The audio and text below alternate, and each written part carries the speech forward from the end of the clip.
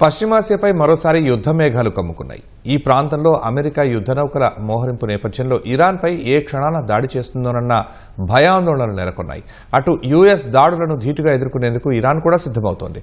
తమను యుద్ధం దిశగా నెడితే గతంలో ఎన్నడూ చేయని స్థాయిలో దాడి చేస్తామని ఘాటు హెచ్చరికలు చేసింది.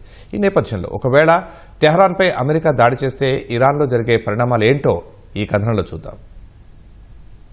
అగ్రరాజ్యం అమెరికా ఇరాన్పై దాడులకు దిగే సూచనలు కనిపిస్తూ ఉండడంతో పశ్చిమాసియాలో యుద్ధ భయాలు నెలకొన్నాయి. అణు ఒప్పందంపై చర్చలకు రావాలని, లేకుంటే భీకర స్థాయిలో విరుచుకుపడతామని అమెరికా హెచ్చరిస్తోంది. అందుకు ధీటుగా స్పందించిన ఇరాన్ ఒకవైపు చర్చలకు సిద్ధంగా ఉన్నామంటూనే మరోవైపు అమెరికాను ఎదుర్కొనేందుకు ప్రణాళికలు చేస్తోంది. ఈ నేపథ్యంలో ఏ క్షణానైనా ఇరు దేశాలు పరస్పర దాడులకు దిగే అవకాశాలు మెండుగా కనిపిస్తున్నాయి. ఇరాన్లోని సైనిక స్థావరాలు, అణు స్థావరాల్ని లక్ష్యంగా చేసుకుని అమెరికా బలగాలు వైమానిక దాడులు చేసే అవకాశాలు ఉన్నాయి. Islamic revolutionary guards corps, IRGC, Basij unit సైనిక స్థావరాలు, బాలిస్టిక్ క్షిపణి ప్రయోగ నిల్వ కేంద్రాలు, ఇరాన్ అణు కేంద్రాలపై అమెరికా ఖచ్చితమైన దాడులు చేయవచ్చు. ఇదే జరిగితే ఇరాన్లో పరిపాలన, రాజకీయంగా కీలక పరిణామాలు చోటు చేసుకునే అవకాశాలు ఉన్నాయని నిపుణులు అంచనా వేస్తున్నారు. అమెరికా ఖచ్చితమైన దాడులు చేస్తే ఇరాన్లో ఇప్పటికే బలహీనపడినా అక్కడి పాలన కూలిపోతుందని నిపుణులు అంచనా వేస్తున్నారు.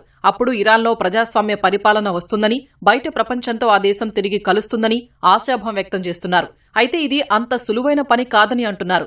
ఇరాక్, లిబియాలో పాశ్చాత్య సైన్యం జోక్యం చేసుకున్నా అక్కడి క్రూరమైన నియంతృత్వ పాలనల్ని అంతం చేశాయి కానీ ప్రజాస్వామ్య పాలనను తీసుకురాలేకపోయాయని గుర్తు చేస్తున్నారు. 2024లో మాత్రం పాశ్చాత్య సైనిక మద్దతు లేకుండా అధ్యక్షుడు బషర్ అల్ అసద్ను పడగొట్టి సొంత ప్రభుత్వాన్ని ఏర్పాటు చేసుకున్న సిరియా పరిస్థితి కాస్త మెరుగ్గా ఉందని పేర్కొన్నారు. మరో పరిస్థితిలో ఇరాన్లో ప్రస్తుత ప్రభుత్వం కూలిపోదు కానీ విధానాల్లో మార్పులు వచ్చే అవకాశం ఉందని నిపుణులు అంటున్నారు. ఇటీవలే వెనజువలాలో జరిగినట్లే ఇరాన్లో పాలన పరంగా విధానాలు సరళంగా మారుతాయని అంచనా వేస్తున్నారు. అయితే ఇది జరిగే అవకాశాలు చాలా తక్కువగా ఉన్నాయని అంటున్నారు. ఇరాన్లో ప్రస్తుత పాలన అంతమై సైనిక పాలన రావచ్చని కూడా నిపుణులు అంచనా వేస్తున్నారు. ఇదే జరిగే అవకాశాలు ఎక్కువగా ఉన్నాయని చెబుతున్నారు.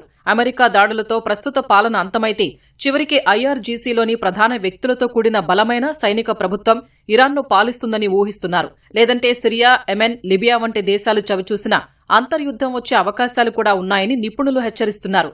ఇరాన్లోని పలు వర్గాల మధ్య జాతి ఉద్రిక్తతలు చెలరేగి అల్లర్లు సంభవించే ప్రమాదం ఉందన్నారు. పశ్చిమాసియాలో జనాభా పరంగా అతిపెద్ద దేశమైన ఇరాన్లో గందరగోళ పరిస్థితులు తలెత్తితే అవి మానవతా, శరణార్థుల సంక్షోభానికి దారితీస్తాయని హెచ్చరిస్తున్నారు.